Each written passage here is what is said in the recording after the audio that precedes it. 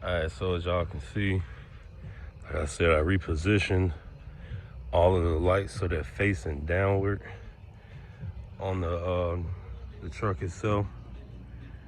So this is how it should look. It's giving that ground effect. It's all the way around the truck, from the front to the back. Look at that.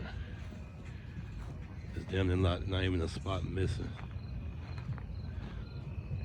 Look at that. This is how it should look instead of, I mean, I know he said he did it himself, so I ain't even tripping, but this is how it should look. It's that ground effect. Look at that.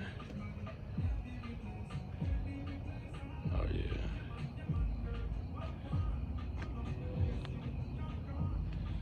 So I already got the pods already mounted. So what I'm gonna do now is I'm gonna start running the wires to the front, and then get the wire. I got some wires I gotta run inside, and I got some wires I gotta run to the battery. So y'all see. Like this don't do no justice how good this look now. Everything firing down like it should. So y'all see.